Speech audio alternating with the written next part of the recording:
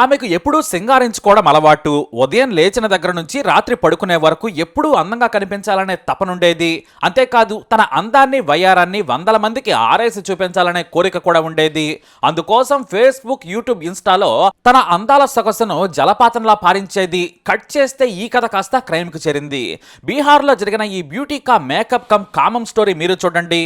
బీహార్లోని బెగుసరాయ్ దగ్గరలోని ఓని రివానా కట్ అనే గ్రామంలో మహేశ్వర్ కుమార్ రాయ్ అనే యువకుడున్నాడు.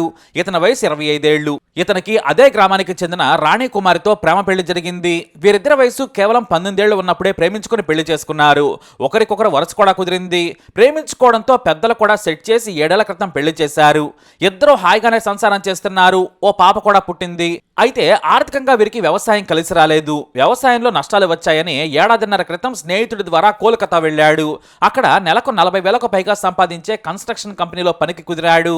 ఇక పాప స్కూల్ ఉందని భార్యను ఇంటి దగ్గరే ఉంచాడు. ఎందుకంటే తనది చాలా టఫ్ జాబ్. ఇంటి దగ్గర ఉండాల్సిన పరిస్థితి ఉండదు. చాలా సార్లు ఎక్కడ పని జరిగితే అక్కడే కనీసం 3 నుంచి 6 నెలలు ఉండాల్సి వస్తోంది. అందుకే భార్యను కూతుర్ని ఇంటి దగ్గరే ఉంచాడు. అయితే ఈ రాణికి ఓ పేరుంది, గావ్ కా క్వీన్, ఊళ్ళోనే అందగత్తె అని తనకు తనగా ఫీల్ అయ్యేది. మరి ఈ విషయం ఆమెకు ఎవరైనా చెప్పి పొగిడారో ఏమో కానీ ఆమె గ్లామర్ను కూడా అలాగే ఆరేసింది.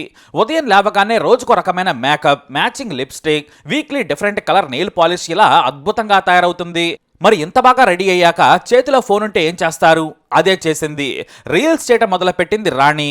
దీపికా పదుకునే నుంచి రష్మిక వరకు అందరినీ అనుకరిస్తూ వయ్యారంగా రీల్స్ చేస్తూ ఉంటుంది. వాటిని చూసిన భర్త ఎందుకీ చండాలప పని, బంధువుల్లో పరువు తీయకు, ఇప్పుడు నువ్వు హీరోయిన్ అవుదామనుకుంటున్నావా అని తిట్టేవాడు. అయినా సరే మానేదే లేదు. నాకు టైం పాస్ కావడం లేదు, సరదా కోసం రీల్స్ చేస్తున్నానని చెప్పేది. భర్త చెప్పినా వినేది కాదు. గొడవలు ఎందుకులే అని భర్త కూడా వదిలేశాడు.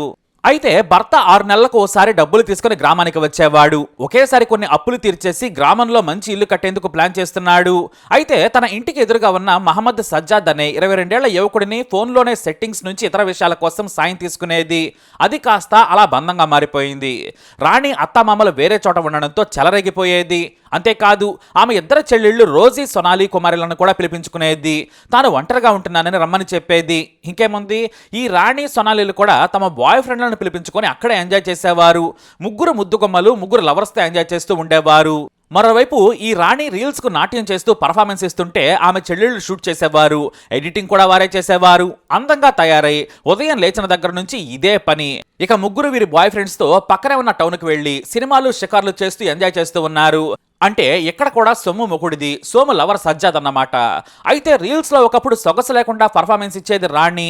అయితే ఆ తర్వాత గ్లామర్ డోస్ అలా పెంచింది. మొత్తానికి రీల్స్ లో రెచ్చిపోవడం మొదలుపెట్టింది. దీంతో ఎక్కడో కోల్కతాలో ఉన్న భర్త మహేశ్వర్ కు అతని స్నేహితులు రీల్స్ లింక్ పంపారు. ఏంట్రా ఈ కంపు నృత్యం, తీసిపారై పరువు పోతుందని చెప్పారు. దీంతో వేగంగా ఇంటికి వచ్చాడు మహేశ్వర్.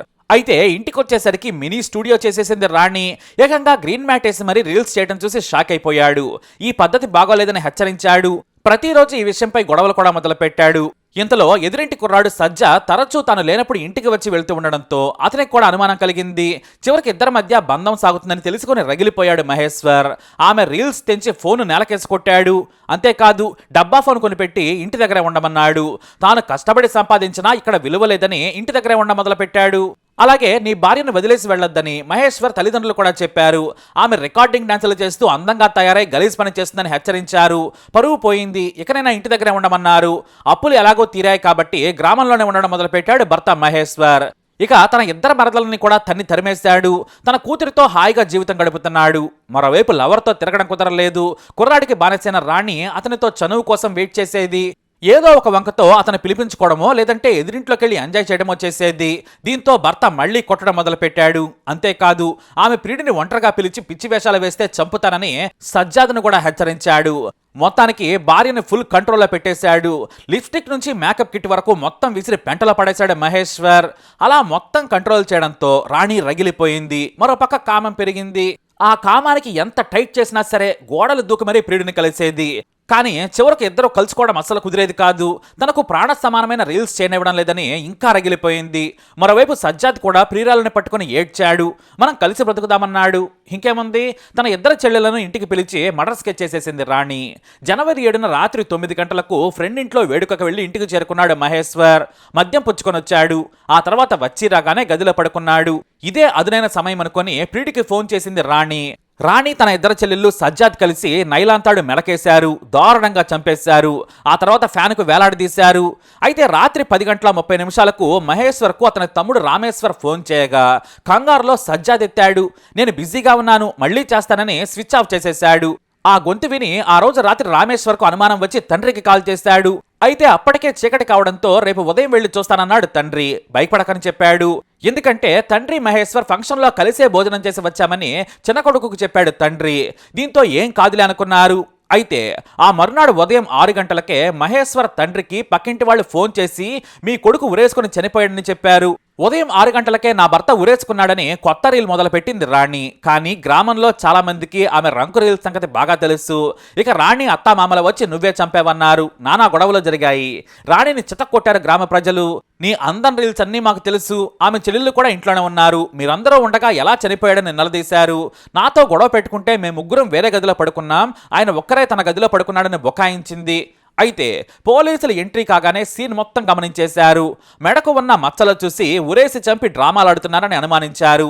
ఎందుకంటే మెడ చుట్టూ రింగులు అచ్చుపడడంతో ఇది చేసుకున్న ఆత్మహత్య కాదని వారికి వెంటనే డౌట్ వచ్చేసింది.